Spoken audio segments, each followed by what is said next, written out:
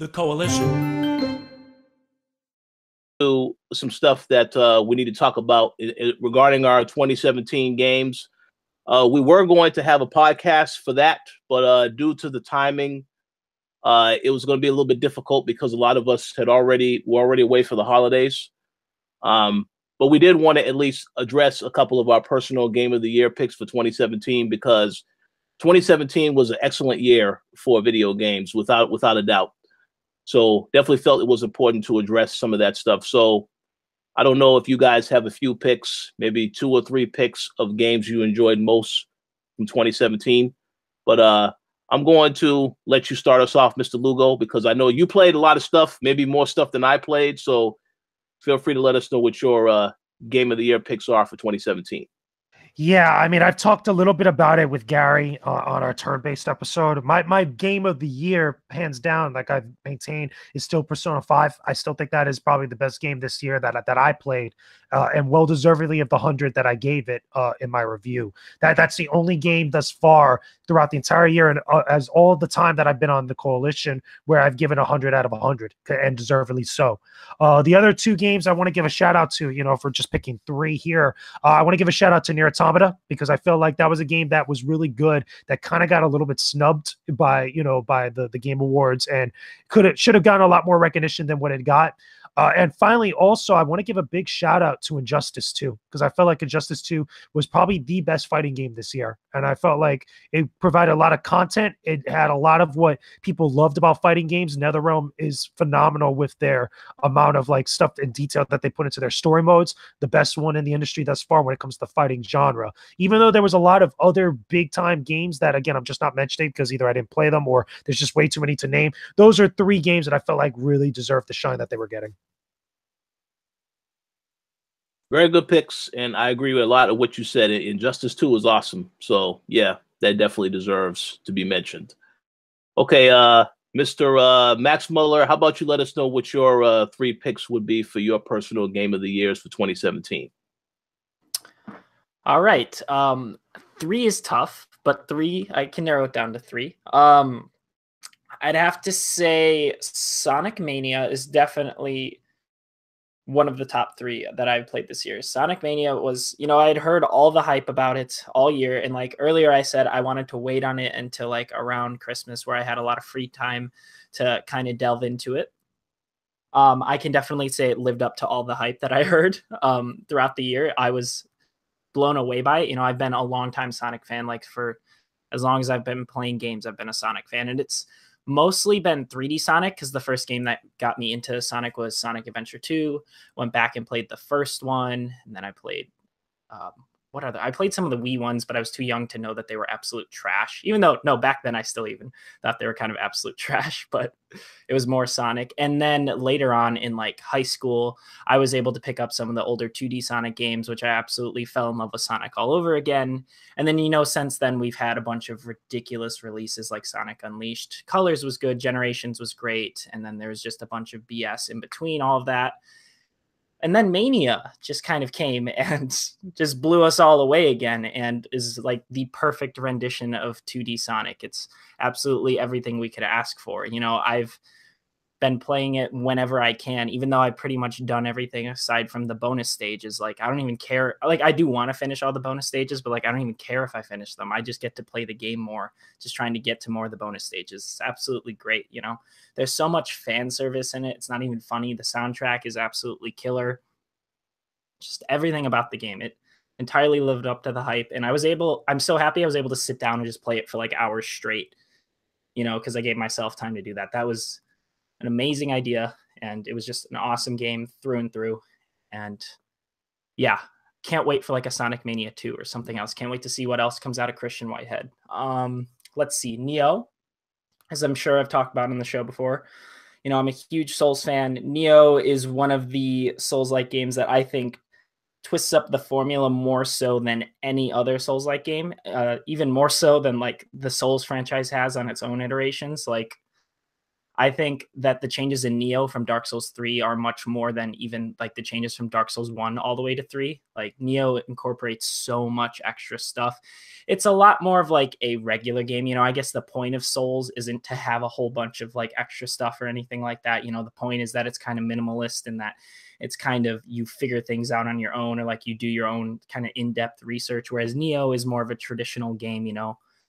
There's cutscenes, there's like lore books, there's all types of things actually telling you what to do. There's like end game content. There's a bunch of menus like informing you of everything. But in terms of like gameplay mechanics, different types of weapons you could use, different stances, different types of magic items, all sorts of different stuff. Variation is absolutely insane when compared to Souls. And I just really appreciated that because honestly, by the time Dark Souls 3 came out, I was getting pretty used to those games. And while I do love them, you know, I love Bloodborne, of course, too. They were getting a bit on the easier side, which is fine. They're still challenging games, but I liked getting my ass kicked like when I first played through Dark Souls 1.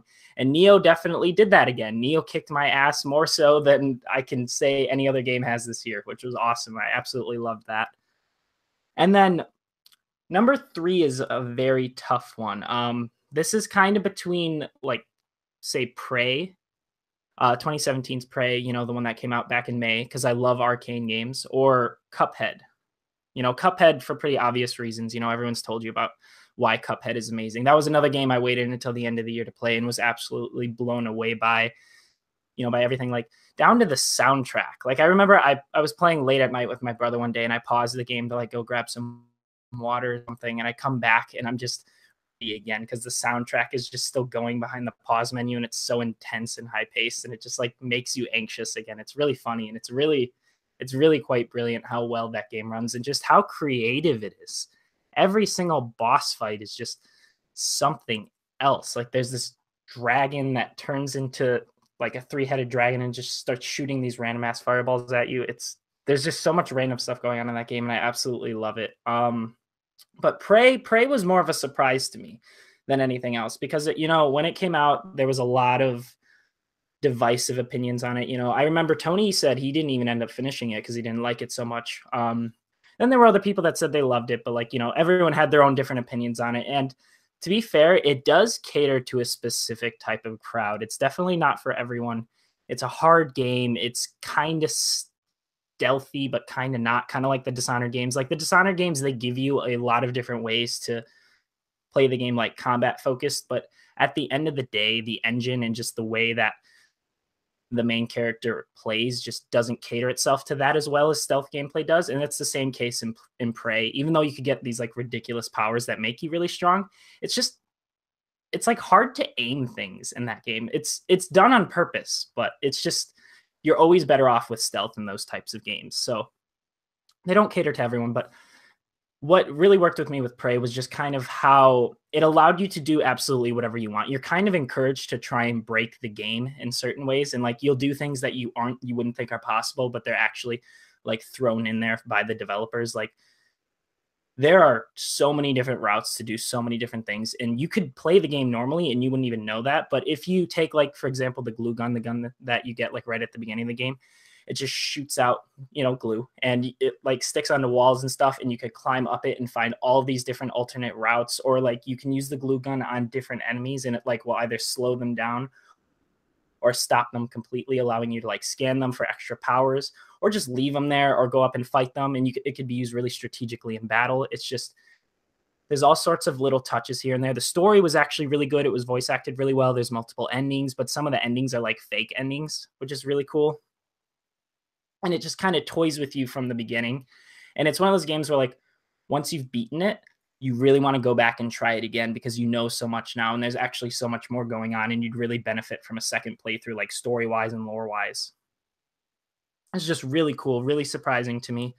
I'm really sad because I know that neither Dishonored 2 nor Prey sold the best. So I don't know if we'll be seeing any more like arcane games in that vein, which is a real shame because they always review pretty well. Again, Prey was kind of divisive, but I think at the end of the day, it's still reviewed like pretty well.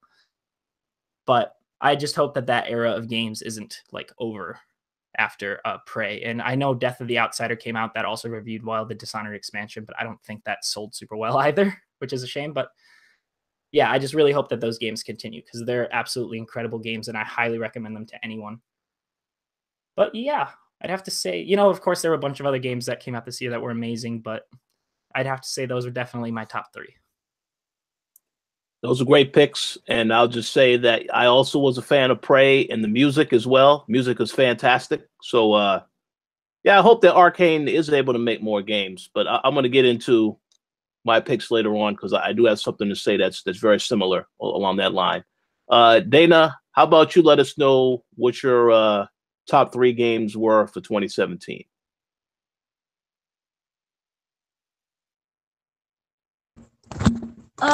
Okay. We have Mario Odyssey, which, you know, it's given. Cuphead, which was just ridiculously hard. It's the game that I hate and I love at the same time. And also Persona 5. I'm like really getting into it and I'm loving every single thing. And it's one of those games that you have to just keep playing again and again. So those 3. Yes, very, very solid picks all around. Yeah, sounds good. So I'm actually going to go next, and then I'll give the floor to Gary. So my top 3 picks, yeah, it's very hard to narrow it down to top 3. I unfortunately did not play a lot of the major blockbusters from last year. So Horizon Zero Dawn, I didn't get a chance to play that. So I will not be talking about that. You know, I do have a resolution to play that, to play a lot of the older games, get caught up on a lot of the older games for this year. We'll get into that later also. But my top 3, hands down, Nier Automata, once again, because I believe it was back in December of 2016. That was when Square released the demo of Nier Automata. And ever since I played that demo, I was sold on the game. It was exciting, fantastic. I like the way that they did the combat and the gameplay and how they laid all that out in the particular game. And then obviously when I got my hands on the finished product, I was just, again, really floored by all of the creativity put into that game. Very glad to hear that it's done well and that they are now considering doing other sequels in the series, or just other stories within that particular universe, which is awesome. I only got to play through it one time. I have to go back and play through it the other 2 times, obviously, to get the full completion. But yeah, from what I played, awesome game, fantastic game. And that actually was when I had decided that I was going to start to play more of these types of games. So that's definitely on the top of my list. Number 2, a game that I feel a lot of people slept on last year. And obviously, with so many indie games, it's very hard to sleep on a lot of games. But I have to say, What Remains of Edith Finch, because I like the concept of that game. You know, as I mentioned on this show before, the main concept of the game is that, you know, it's basically stories being told of a family that there's always something that happens to relatives within the family. And you get to see what happened to each family member, how they died, so on and so forth, as it's being told through the narration of a family member. The way they piece together that story, that concept, is absolutely fantastic. Now, again, the game is short. It's like it's going to take maybe about 90 minutes to get through. But the concept, the execution, and how everything comes together in the end, I really think that is a game that a lot of people should have played last year. Hopefully they get a chance to play it this year. But I have to say that definitely is on the top of my list just because of how it was done, the execution, everything. Just fantastic. And a very heartfelt story, which it will get people emotional, but it really makes you think.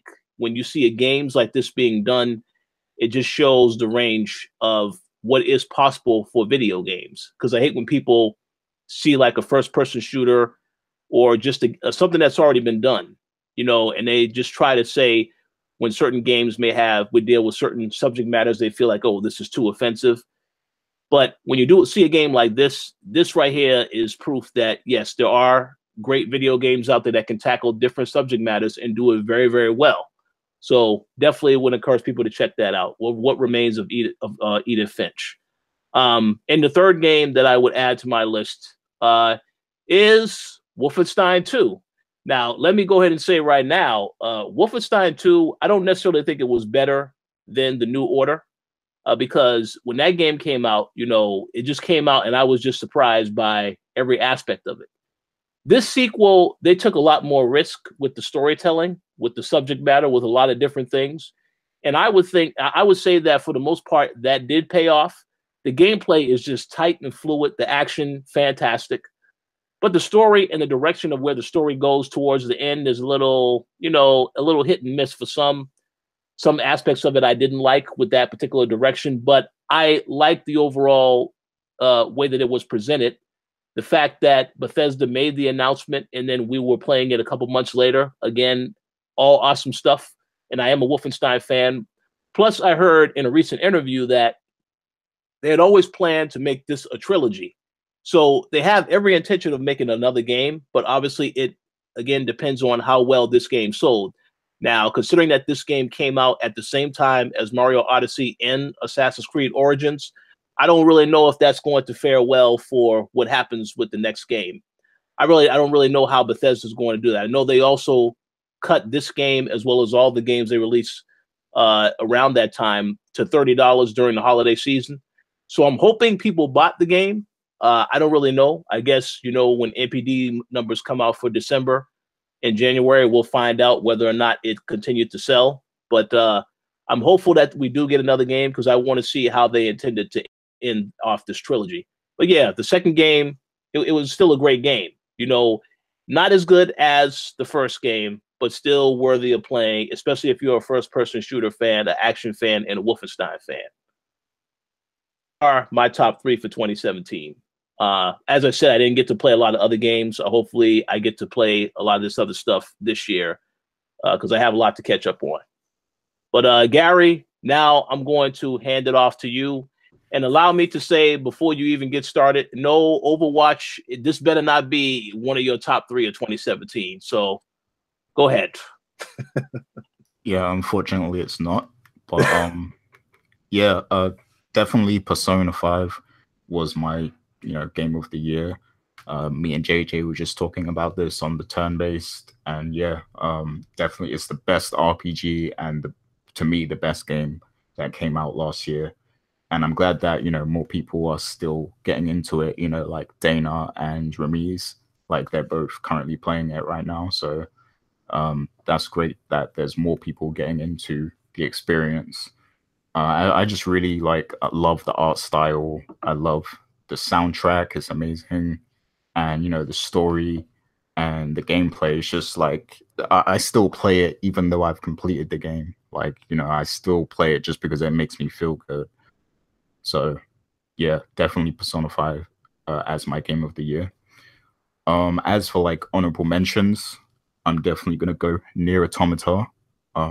Great game. I love the action. I love the gameplay. I like how the gameplay switches up as well. So like, you know, sometimes it's like an old school space shooter kind of game, like, you know, one of those type of games.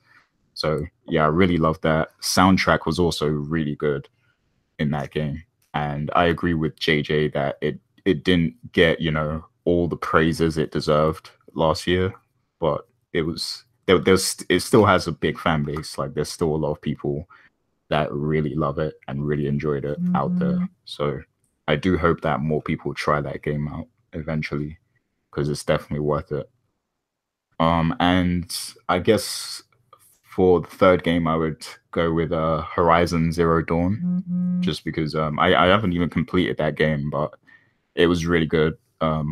It reminded me a lot of like an Assassin's Creed. It kind of like mixed gameplay styles together a lot. So it was like Assassin's Creed blended with The Witcher and Tomb Raider almost as well. A lot of different elements kind of, you know, fused together, but it's still very original as well, you know, because you have like the robotic dinosaurs and everything. The setting is like kind of fantasy, like, you know, old school fantasy, but there's also tech in the world as well. So I like that kind of blend of, you know, different things in that game. But yeah, that's my top 3 for 2017, I think. Very good picks all around. Yeah. So, yeah, we definitely just wanted to make sure that we addressed some of the 2017 games. As I said, there was a lot of great games that came out last year, and we're going to see what takes place in 2018.